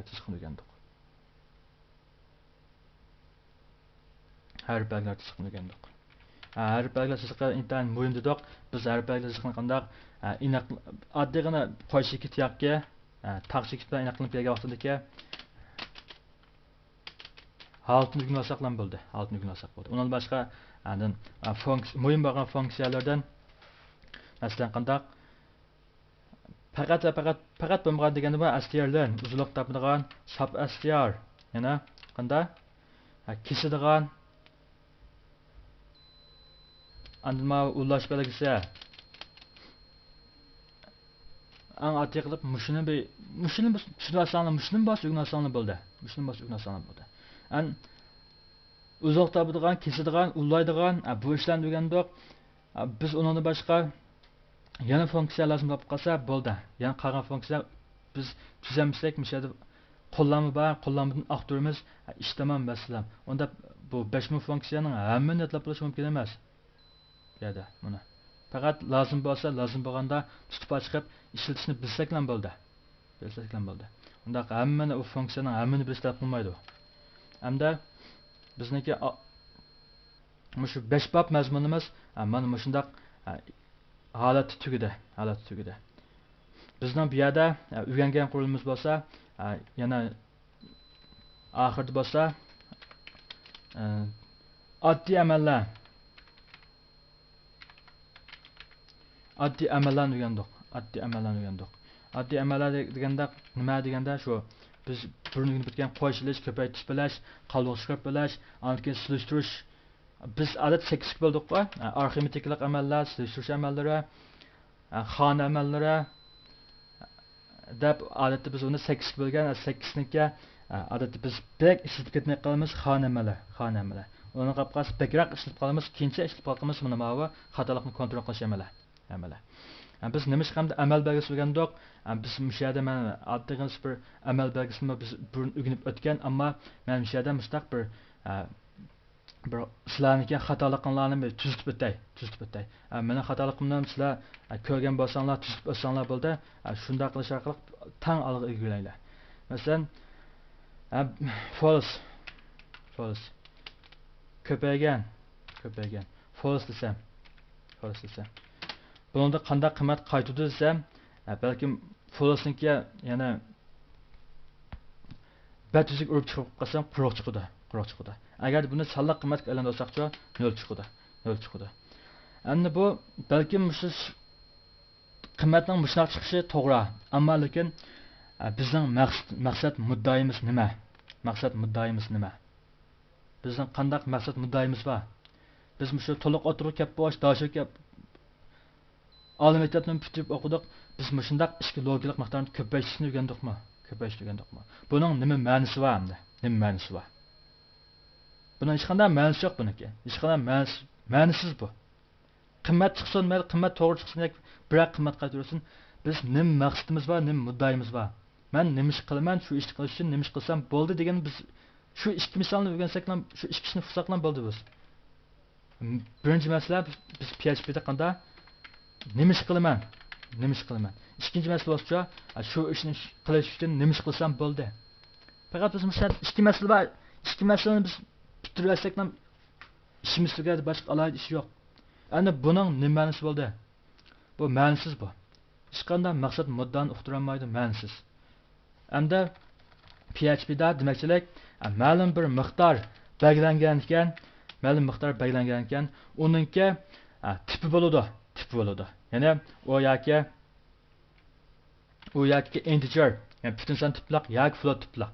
Demak, uning tipi aniq bo'lgan ekan, uningki ishga saqlag'ishda Azure sistema avtomatik holda Azure tip beradigan o'rni aniq bo'ladi. Yoki 2 bit Azure berdi bizga, yoki 4 bit Azure berdi, yoki uningda jiqroq Azure tip berdi. Demak, ishga saqlag'ishda egallaydigan o'rni aniq bo'ladi. Masalan, buni integer deb turay. O'rni aniq bo'ldi. Ya'ni 2 bit o'rni berdi. O'rni aniq bo'ldi. Bu birinchi. Ma'lum bir miqdor bo'lgan ekan, miqdorni qanda birinchidan buningki tip bo'ladi, ikkinchidan buning qanda bo'shliq yoki 2 bit yoki 4 bit bo'shliq o'rnatib bo'ldi. Uchinchisi nima desa, buning qatnashadigan yoki qatnasha oladigan amal belgilari. Oldin ola o'rnatliq bo'ldi. Ya'ni belgilatilgan bo'ldi. Biz hozir ko'rsatdik. False ko'paygan false. Biz shundaq o'rganib o'tdikmi? Nima ma'nosi bor buning? Hech qanday ma'nosi yo'q. Navada bu false bilan false yoki masalan and kelib qolsa, hamda degan ma'nosi bo'lib, ma'lum bir ikki logik miqdorniki qiymatlarning shundaq false qilib logikalik hamda belgisan qiymati qanday qaytadi deb buni aniqlaymiz. Ammo bundaq qo'shiladigan yoki oladigan bundan ma'lum bir qiymat chiqsin yoki biz misol kod tuzgan vaqtida Zen Studio buning xatoligini biz ko'rsatmamizmi? Mushning o'zlam, mushning tuzganingizning o'zlam siz allabirun xatolashib bo'ldingiz. Allabirun xatolashib bo'ldingiz. O ma'lum bir maqsad muddani uqtamagan kodni yozib qo'yganning hech qanday foydasi yo'q.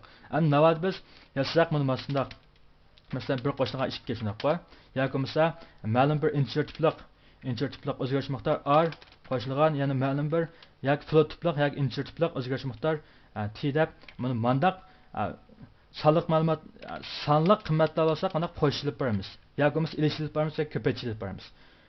Demakchilik ma'lum bir miqdor turg'izilgan ekan uniki tipiniq bo'ladi. Tipiniq bo'lgan ekan lam qanday ishki saqlashda egallaydigan o'rniq bo'shliq bo'ldi, bo'shliqqa. Uchinchisi uningga qatnasha oladigan amal belgilari oldidan ola sistema uni avtomatik o'rlashtirib qo'ygan bo'ldi. Demakchilik bu mazmunlar mana shunday bir-biriga chambarchas bog'langan. Sizlar shunlashqa biz kitob sitagandimi yozg'ishlar buni shunday bir-biriga bog'lanishib bo'lg'achqa oldigan tizib yozgan o'rgangan vaqtimiz shunday o'rganamiz. Keyin sizlar nima uchun o'rgangan yoki nima uchun shunday qilib qolgan bo'g'ich insanlar mana shunday shuning uchun qilib qoldik buni. Shuning uchun qilib qoldik. Endi men keyingi 7-bob darsimda 7-bob darsimda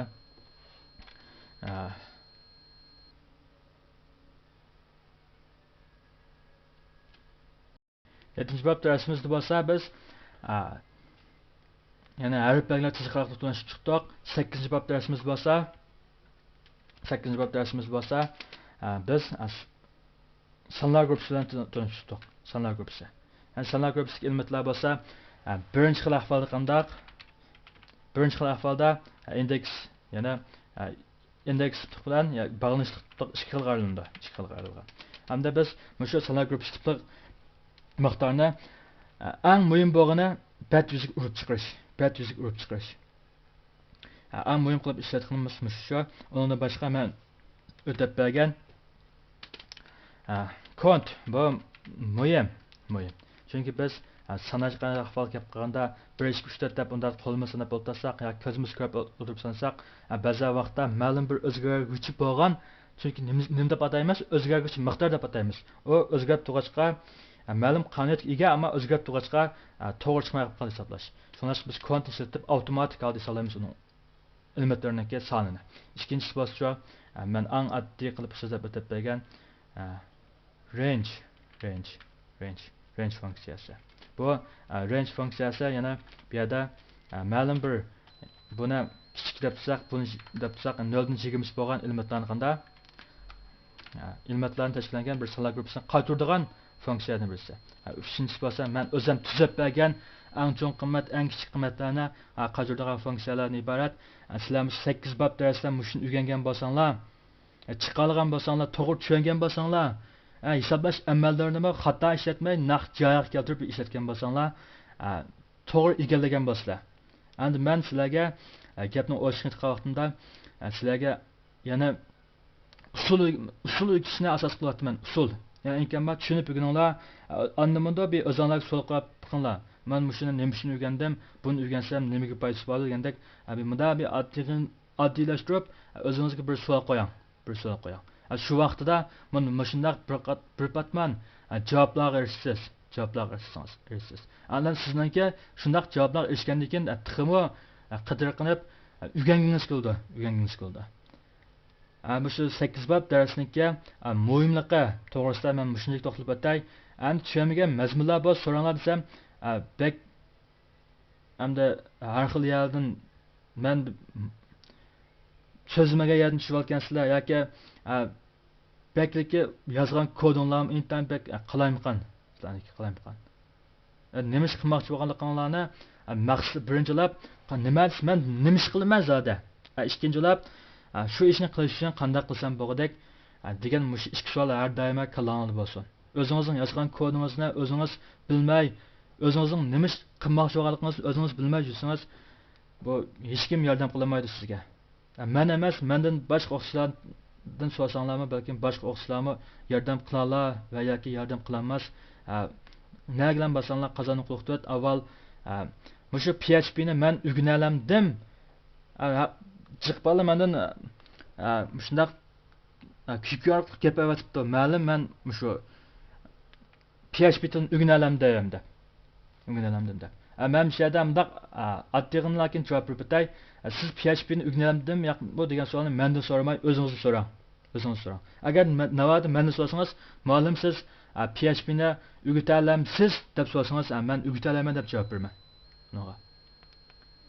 endi siz men o'rganalamdim degan savolni o'zingiz qo'ying eng yaxshisi chunki nimishqa deganda mundaq gapni ochiqin deb qo'yay bir sinfda sizlar faqat bo'lmasa to'liqsizgacha o'qidinglar boshlang'ich to'liqsizliklar opda o'qigan bo'ldinglar bir sinfda 30-40 o'quvchi o'qigan bilan bir partada o'tirgan o'quvchining imtihon vaqtida olgan natijasi o'xshash bo'lmaydi birisi o'tsa birisi o'tolmaydi siz bu alaydan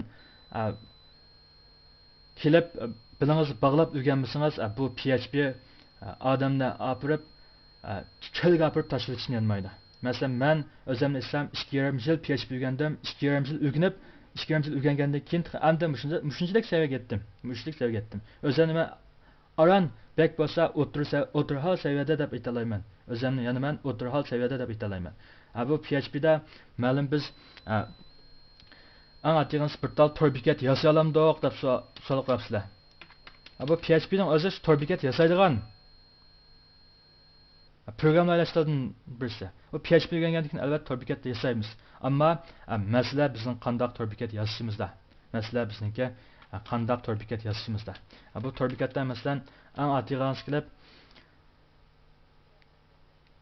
oshxonaning tor bekati siz cho'qim qandoq tamoqlarning turi uniki shuni bilan tanishib chiqishingiz kerakda ang attigansa hech bo'lmasa bir tamoqlarniki bir surati bo'lishi kerak hech bo'lmasa shunaqa oshxonaning bu tor bekatni yasaydigan odamda hech bo'lmasa bir tomoq turini bir tomoqniki bir ozg'ab turib bir odamniki ishtahin ochqudek bir suratlarni bir ikkisi bo'lmasa qandoq yasaymiz bu tor bekatni bu mumkin emas masalan sadoshxonalik tor bekatni bir yasaymiz desak cho'qim bizda eng kamida bundoq bir chashlarniki pasoni faqat bo'lmagan shunaqa chashniki pasoni shuning aloqador bo'lgan ozg'ab turib bilimlar andan keyin bir chiroyliroq chiqqan chashga aloqador bo'lgan pasonga aloqador bo'lgan rasmlar bo'lishi kerak biz buni PHPni o'rgandik bu PHPning o'zi shu tor bekat yasaydigan til ammo siz yozmoqchi bo'lgan shu turga qarata sizning bilimingiz bo'lmasa yasagan tor bekatingizning loyiqa chiqishi natayin bu program tuzash boshqa ishlatish boshqa uni biz qandaq o'rinlarga ishlatamiz shu o'zimizga bog'liq bu biz sizning universal bilimingizga bog'liq siz uni uqmasangiz bu PHPni uqdim ammo men masalan bir tal mashinaniki saymonlarni sotadigan bir tal turbatni birini yasash to'g'ri kelib qoldi men bu mashinaniki materiali masalan qanday materiallar bor buni uqmay turib men qanday yasayman endi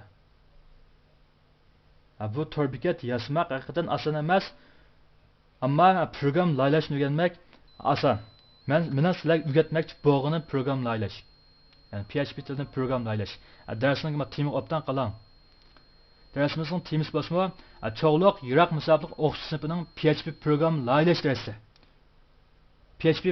laylash darsi darsim program laylash darsimniki qandaqdir ya'ni oshxona yoki boshqa sadoshxonaniki tor bekitni yasash darsi emas men bo'lmasa bundoq tutiblar men bundoq yasaymiz andaq yasaymiz men bundoq chiqamiz deb o'tib ketsam bo'ldi men darsni faqat programma yasaydigan programmerlarni hech bo'lmasa shularga bir yo'l sap berish maqsadida mush dars tuzib qo'ydim men sizlarga o'rgatadiganim programma laylashni o'rgataman tor bekat yasash bu oxirida bizning turba yana eng oddiy qilib bir tal men so'z qoldirish bitini yasash undan keyin shu deganda bir blok hisobda yoki bo'lmasa biz bevosita uni qandaq sistemadan birnaga aylantirib chiqamiz CMS sistemasidan birnaga aylantirib ham bitmas bu mukammal bir sistem bo'ladi Buni aylandırıtmaz, amma muşni aylandırıp muşni alet ekleş için sizlar şu programını nayt yaxşı tushunishinglar kerak. Misal men javob berib bo'ldim. Men torbat yasashni emas, balki sizga programma layihalash o'rgataman. Program layihalash o'rgataman.